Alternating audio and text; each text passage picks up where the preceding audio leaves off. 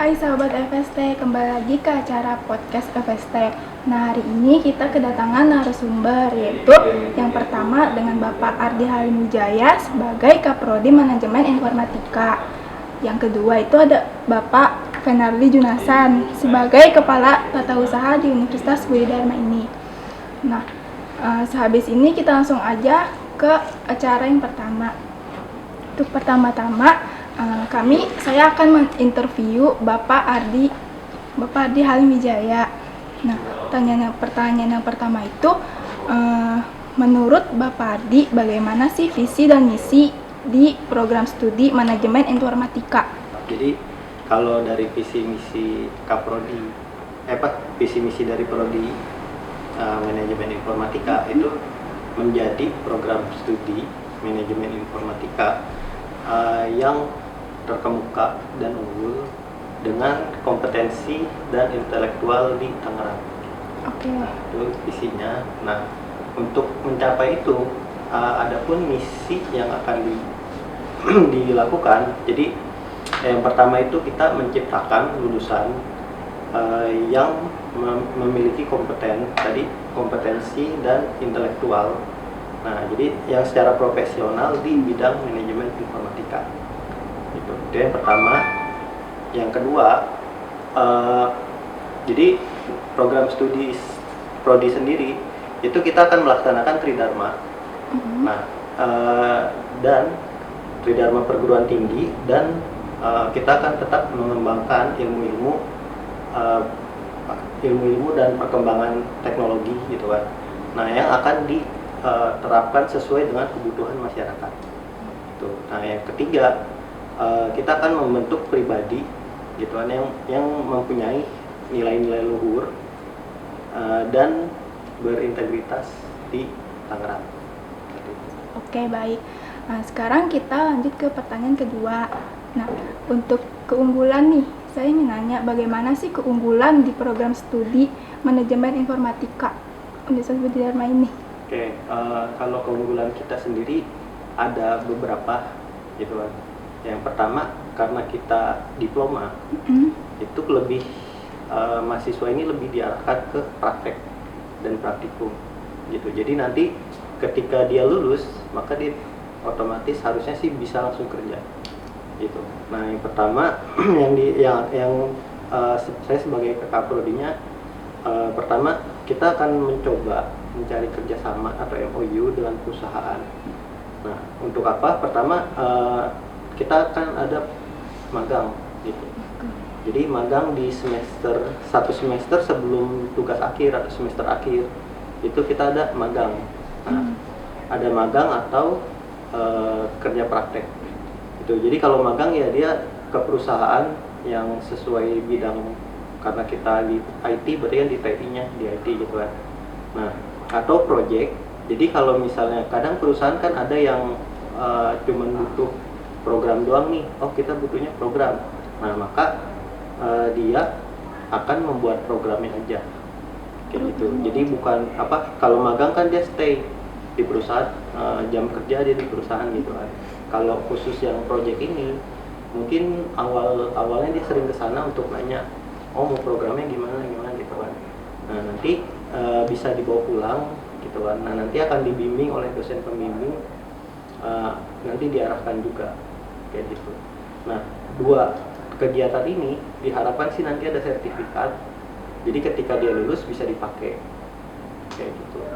Nah, terus untuk keunggulan dari skill gitu. Keunggulan skill itu nanti kita ada web, ada web dan ada mobile. Nah, mobile sendiri kita terakhir baru ada improvisasi. Jadi bukan cuma di Android, nanti ketika dia bikin codingan nanti bisa langsung diterapin di iPhone. Kayak gitu. Mungkin ada pertanyaan tambahan. Kalau di manajemen informatika itu ada penjurusannya nggak? Penjurusannya itu terdapat apa saja? Karena kebetulan kita D3 dan SKS-nya sedikit, jadi di kita nggak ada penjurusan. Baik. Untuk selanjutnya pertanyaan terakhir. Nah, untuk di program studi manajemen informatika itu prospek karirnya bagi mahasiswa yang sudah lulus bagaimana? Nah, tadi pertama kan kita tadi ya diharapkan lulus langsung kerja gitu kan. Oke. Nah, karena di kita IT gitu kan, pertama dia bisa jadi programmer. Programmer. Itu biasanya sih kalau IT pasti jadi programmer. Terus bisa juga jadi database analis, sistem analis, gitu. Dan bisa juga jadi technopreneur. Jadi kalau dia kayaknya, karena kita kan ada manajemen project gitu kan, nah dia bisa menghandle project. Nah dia bisa juga mungkin kalau ada banyak kenalan, ya mungkin dia bisa mendirikan software house. Kayak gitu. Mungkin untuk wawancaranya seperti ini saja. Terima kasih Bapak Ardi. Selanjutnya dilanjutkan oleh Bapak Fenarli. Nah, untuk yang pertanyaan pertama, menurut tugas Bapak Fernarli di kepala TU itu apa? Sekarang saya di FST itu sebagai kepala TU, kepala tata usaha. Di mana tugas kepala tata usaha itu kita ada ngebawain kayak semacam finance-nya di fakultas. Finance-nya di fakultas, jadi di UBD ada finance, di fakultas pun ada finance-nya.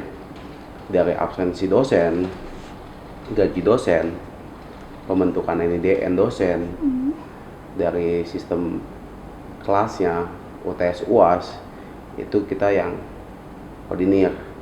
Untuk soal-soal atau apa itu kita yang koordinir. Untuk gaji dosen pun dari TU. Jadi dosen pun ngasih kayak semacam absensi kelas, ya kan? Absensi kelas, kasih ke pihak finance-nya, kasih ke finance nih, finance-nya si tata usaha dari fakultas. Nanti dari finance itu akan masuk ke dosen, itu tugasnya. Terus sama kayak semacam dosen kan diwajibkan untuk melakukan pengabdian sama penelitian. Nah, di situ si dosen akan kasih salah satu proposal ke kita, kepada si TU. TU akan keluarin surat tugas. Surat tugasnya itu yang akan digunakan untuk si dosen itu untuk disertifikasi di Serdos atau di BKD. Nanti si TU akan keluarin surat tugas itu berlaku untuk di BKD dan Serdos si dosen. Seperti itu. Mungkin ada tambahan lain?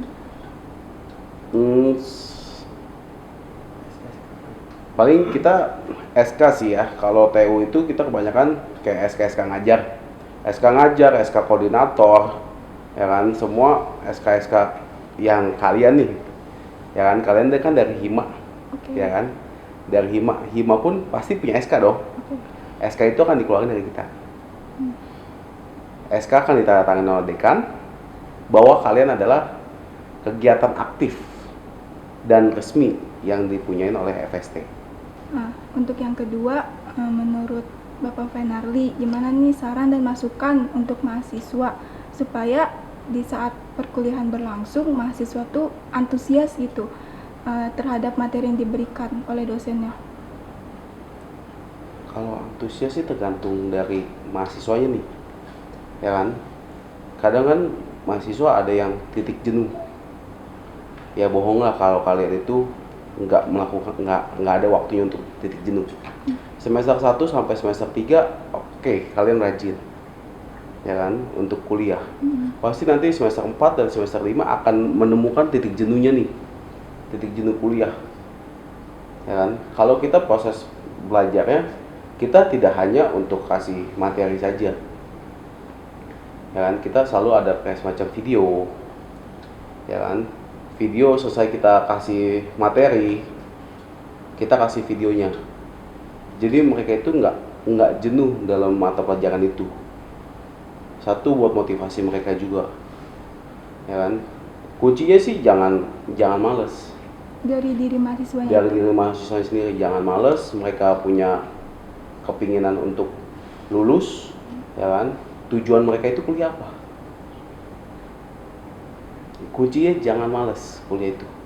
Rajin, ikutin semua perkuliahan, pasti lulusnya cepat. Gitu sih. Oke, begitu aja wawancara untuk di hari ini.